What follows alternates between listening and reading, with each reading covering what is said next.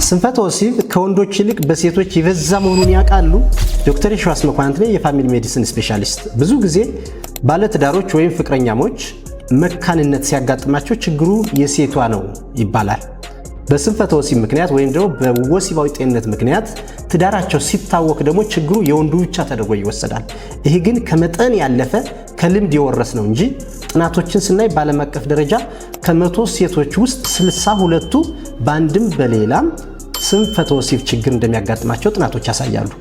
ከ100 ወንዶች ደግሞ በተቃራኒው በጣም ያነሰ 53 በታች የሆኑ ወንዶች ብቻ ስንፈተ ወሲብ ያጋጥማቸዋል። ይህ ማለት ምን ማለት ነው? በተለምዶ ወይም በልምድ ከምንሰማው በመነሳት ብቻ ወደ ሕክምና ተቋም የሚመጡት ወንዶች ብቻ ሆነው በብዛት የሚገለጥባቸው ሴቶች ግን ወደ ሕክምና ሲመጡ አይታይም።